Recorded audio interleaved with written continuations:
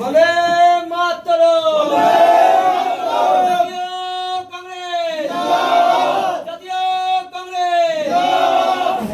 সবাইকে প্রথমে নমস্কার, ঈদের শুভেচ্ছা, প্রাণ ভরা ভালোবাসা।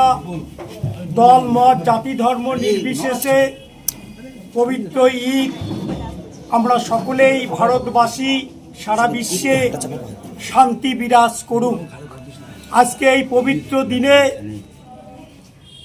বলতে দুঃখ লাগে, 1998 সাল থেকে আজকের দিনেও 1 ঘন্টা 8 মুহূর্ত আমি তৃণমূল কংগ্রেসের কুচবিহার জেলা কিষাণ ক্ষেত মজদুর জেলার সভাপতি, কুচবিহার 1 নং পঞ্চায়েত সমিতির সদস্য। 2013 সাল থেকে আজকের দিন পর্যন্ত আমি 1998 সাল থেকে 2007 সাল পর্যন্ত তৃণমূল যুব কংগ্রেসের সভাপতি ছিলাম। 2008 সাল থেকে 2019 সাল পর্যন্ত আমি তৃণমূল কংগ্রেসের মূল পার্টির ব্লক সভাপতি ছিলাম। আজকে সেই দিদি আর আজকের দিনের দিদি আমি পার্থক্য দেখছি। 2026-এর বিধানসভা নির্বাচন দোরগোড়ায় পশ্চিমবাংলার আমরা যা দেখছি, খেলার মাঠ থেকে 1 ঘন্টা আগে খেলোয়াড়দের ডেকে নিয়ে গিয়ে তৃণমূল কংগ্রেসের বিধানসভার বিধায়কের প্রার্থী করা হয়।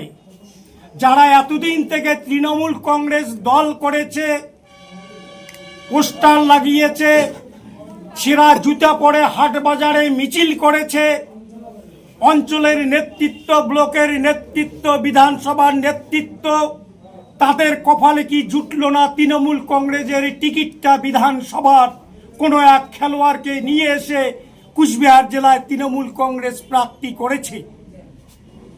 কুচবিহার জেলার প্রবীণ যারা তৃণমূল কংগ্রেস প্রতিষ্ঠাতা ছিল, রাজ্যের ক্যাবিনেট মন্ত্রী ছিলেন রবীন্দ্রনাথ ঘোষ, বিনয় কৃষ্ণ বর্মন, হিতেন বর্মন, তাদেরকে আজকে তৃণমূল কংগ্রেসের টিকিট তাদের কপালে জুটল না। এ দলটা কোথায় যাচ্ছে? কারো কাছে কি বিক্রি হয়ে যাচ্ছে? কোনো কর্পোরেট হাউস তারা কি কন্ট্রাক্ট নিয়েছে পশ্চিমবাংলার তৃণমূল কংগ্রেসকে পরিচালনা করবার জন্য? বিভিন্ন দুঃখ দুর্দশা নিয়ে আমি জাতীয় কংগ্রেস করতাম একটা সময়। আমি জাতীয় কংগ্রেসে আজকের থেকে যোগদান করলাম। কুচবিহার জেলার আসামের রামপুর থেকে শুরু করে মেকলিগঞ্জ বাংলাদেশ বর্ডার পর্যন্ত জাতীয় কংগ্রেসের পতাকা, জাতীয় দল, ভারতবর্ষের প্রবীণতম রাজনৈতিক দল, গণতান্ত্রিক দল, ধর্ম নিরপেক্ষ দল কংগ্রেসে যোগদান করলাম। 2026-এর বিধানসভা নির্বাচনে কুচবিহার জেলার থেকে উত্তরবঙ্গে আমরা জাতীয় কংগ্রেসের পক্ষ থেকে আজকের থেকে আমি ময়দানে নামলাম। আমরা জাতীয় কংগ্রেসের পক্ষ থেকে এক প্রান্ত থেকে আর এক প্রান্ত জাতীয় কংগ্রেসের প্রার্থীরা আমরা প্রত্যেকটা মানুষের কাছে দল মত জাতি ধর্ম নির্বিশেষে প্রত্যেকটা মানুষকে হাত চিহ্নে ভোট দেবার জন্য একটা গণতান্ত্রিক সরকার পশ্চিমবঙ্গে প্রতিষ্ঠিত হোক, যেখানে সাম্প্রদায়িকতা থাকবে না, যেখানে বিচ্ছিন্নতাবাদের কথা থাকবে না, শুধু থাকবে গণতন্ত্রের কথা। গণতন্ত্র প্রতিষ্ঠিত হোক পশ্চিমবাংলায়। পরবর্তীকালে আমি আপনাদের কাছে বিস্তারে কথা বলবো। আপনি কি প্রার্থী হচ্ছেন? হ্যাঁ, দল আমাকে প্রার্থী দিলে নিশ্চয় আমি প্রার্থী হব। কতটা প্রভাব পড়বে বলে মনে করছেন? 100%। কোন সিটে দাঁড়াতে পারেন? দল আমাকে যে সিদ্ধান্ত নিয়ে বলেছে, আমি সম্ভবত দক্ষিণ বিধানসভা কেন্দ্রে আমি প্রতিদ্বন্দ্বিতা করব।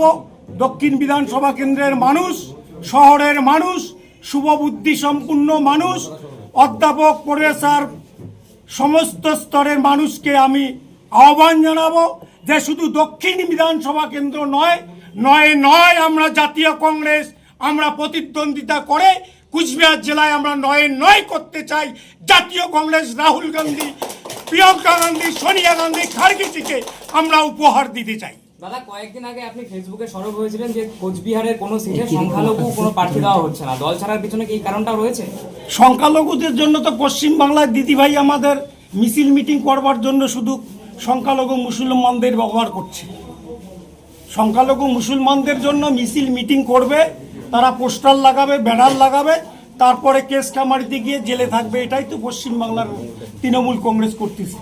দাদা, দক্ষিণ বিধানসভার কথা বলি, যে সেখানে তৃণমূলের জেলা সভাপতি প্রার্থী হয়েছে, সেখানে যদি আপনি দাঁড়ান, লড়াইটা কত কঠিন হবে মনে করছেন? দক্ষিণ বিধানসভা কেন্দ্রের মানুষ, ভোটার, তারা সেই চিন্তাধারাটা করে নিয়েছে।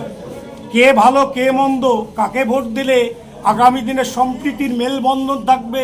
কুচবিহার জেলা রাজার শহর, সেই রাজার শহরে সম্প্রীতি গান গাইবে, সম্প্রীতি হবে, সম্প্রীতি বয়ে যাবে এই কুচবিহার জেলায়।